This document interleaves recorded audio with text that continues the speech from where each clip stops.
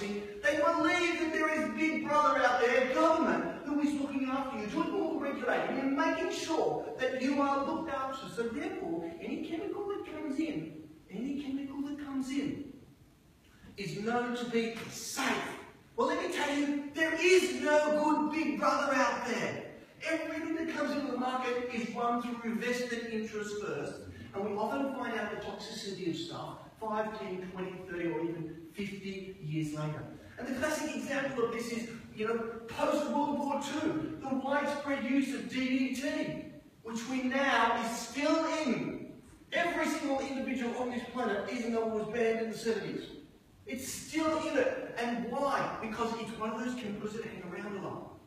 So we've got 1,000 brand new chemicals introduced to 180,000 chemicals on the marketplace every single year coming out. And the vast majority of them have not been tested. And that's a scary thing. But see, what they've been tested for, some of them, like heavy metals, have been well tested, some of the pesticides have been well tested. But a lot of those tests are actually done by the companies who are, now by the way, does it sound like I'm a bit of a skeptic? They're done by the companies who are manufacturing and selling the product. And so as a result, there's a whole litany of these companies, labs and so on, that have literally been corrupted by the, let's do a couple of $1 million tests and so on. So the information we're getting is wrong. It's incorrect. And we find out that when the independent researchers get out there. So first of all, I'm just trying to shatter your myths about, things are safe out there. The second thing about it, though, is that when they do the test, they look at your cancer and so on, they haven't looked at all these new areas. And one of the newest areas, and in fact it's not really new, that I'm going to concentrate a little bit on tonight, is called the endocrine disrupting chemicals. Or these are also called the estrogen mimics, the xenoestrogen, the foreign estrogens, whatever you want to call them. There's a couple of hundred of them. But the ones you're exposed to on a daily basis, there's about 8 or 9 different groups of them you're exposed to on a daily basis. And virtually none of the chemicals have actually been tested prior to their release until some of the public research finds out that they are some of these estrogen mimics, and I'll talk about them later. But then you probably think, hold on, there are all these other chemicals out there that have been tested, the paints, the lacquers and the varnishes, the solvents out there. Well, the solvents are all linked with what's called, in Scandinavia, it's called painter syndrome. I don't know how to translate that in Norwegian. Christian, what does painter syndrome? Painter syndrome.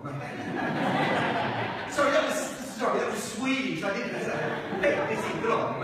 I did an Italian version if you like. Painter syndrome. And what it is they identified after 30 years of using these chemicals that all the painters out there weren't painting straight lines anymore. Well, they were, but they were going home and they were having headaches and they were having all these neurotoxic effects. And finally, they went back and they realised that these subtle exposures every single day to these chemicals were actually affecting the physical and biochemical structure of the brain and the nervous system down there. And so they ended up with all these conditions. But they didn't test for it. And they still don't test for some of those things. Then on top of that, even more recently, they've got a whole group of things called epigenetics. Have you heard of epigenetics? Oh, epigenetics is so... it's old now. But it was so good. And epigenetics, you see, what happens? We spend billions of dollars working out your genes. Working about, not your genes, sir, but the genes. Okay? Our genetic structure. And then we realise that the genetic structure actually accounts for only a small fraction of what describes us. Yeah, sure, our height and our good looks and stuff like that, you can't avoid them.